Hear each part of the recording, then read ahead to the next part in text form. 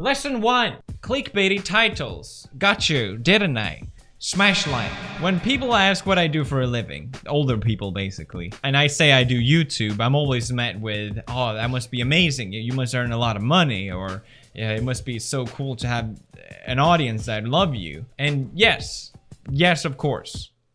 But he's gonna complain about YouTube again. Here it goes. There's a side to YouTube that I think a lot of times isn't addressed, or at least in a way that is understandable for someone that doesn't make videos, or for someone that doesn't really get YouTube. Because the only thing people see is really the fame and the money, and that's all that matters. But we've started to see more and more YouTubers and streamers and online entertainers come out and make videos saying, oh, I'm feeling really down, or I'm actually going through a depression, or maybe just completely manic. If fame and money means that you have to be happy and you can't complain about anything, are all these people just lying? Michael, Vsauce here.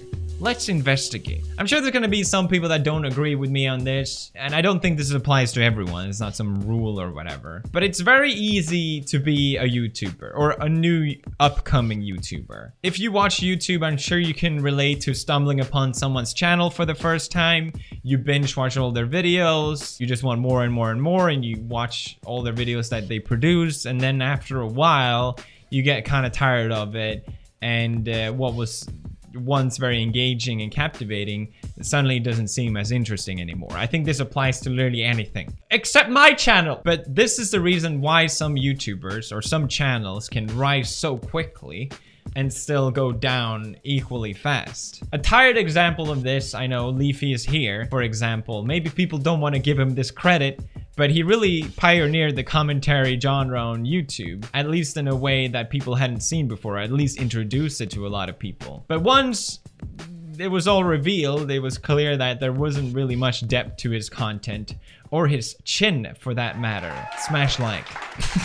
And all of a sudden, this channel that was exploding, people didn't care anymore, and it just disappeared. I think every YouTuber that is recognizable has gone through this phase of the boom of their channel. Mine occurred, I think, in 2015 or maybe before, I don't know. I do remember that when my channel really blew up for the first time, it was one of the most amazing experiences of my life because it was all positive. I didn't have any haters at the time. It was just me and my audience sharing this journey, and it was just incredible. I felt unstoppable. I was getting all these numbers, and it was just, I didn't get it. Like, how is it even possible? But what comes up must go down. And if you watch literally any other YouTuber that has been the biggest YouTuber on this platform, my future doesn't look very good. Let's say you're a YouTuber. Let's say you've gone through this big YouTuber boom and you finally got what you wanted. You finally got recognized, you finally got an audience, you finally got a lot of money, all these things that you always wanted. But then people are already watch your channel and they're starting to lose interest, which is inevitable for everyone on that makes videos. And suddenly the statistic that was bragging rights, they're not as impressive anymore. If anything, it might be better off if people didn't see the statistics, but they're all there. The views are all there. Everyone knows if your channel is doing good or bad. And once your fans start noticing that your channel isn't doing as well as it used to be, they're quick to point out why. You know, it's not because I got tired of your content. It's because of you. You've changed, man. It's easy to shift blame on others, so this is only natural. But this, of course, leads to less appeal to your content. People are noticing, less people are watching, which spirals downwards, that people lose even more interest because they notice other people aren't interested. And then you feel down thinking, what am I doing wrong? I'm making the same content I've always made. I don't understand. You don't understand.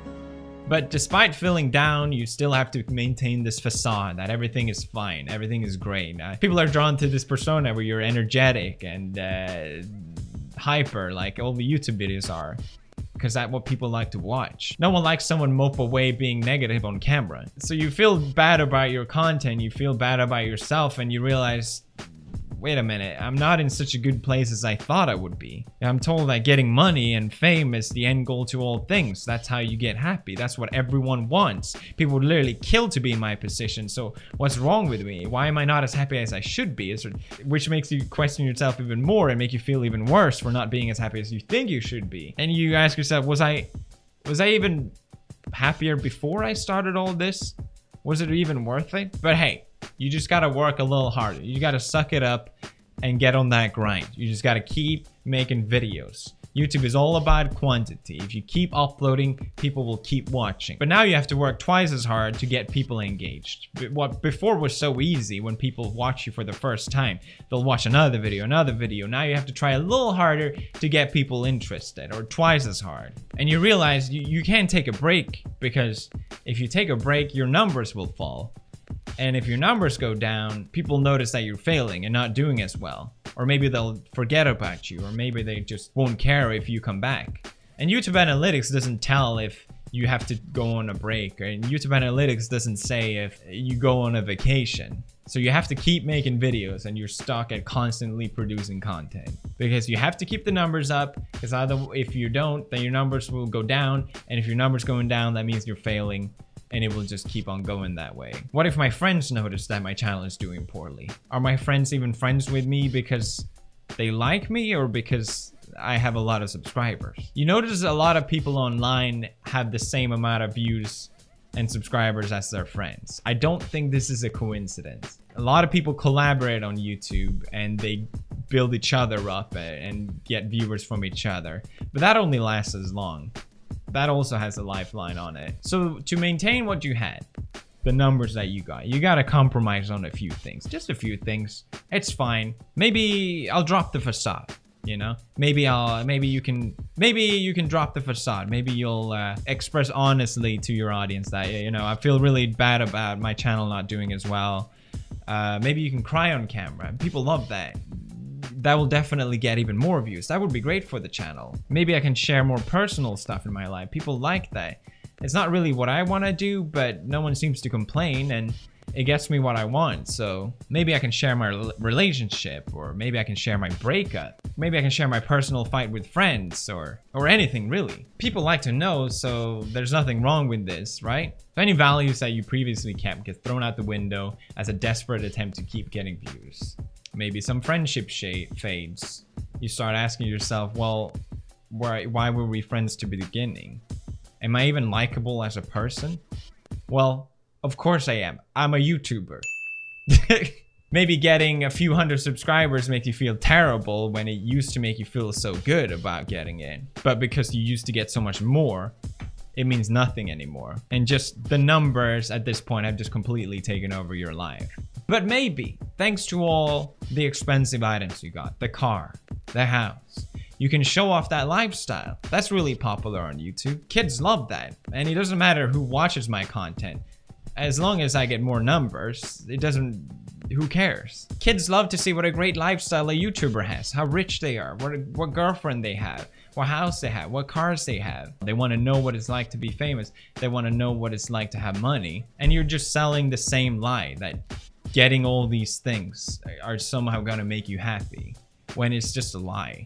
This story is a mixture of other YouTubers that I've seen, other streamers that I followed, and other online people in general, and my own experience as well of what it's like to go from that boom to maybe people don't really care.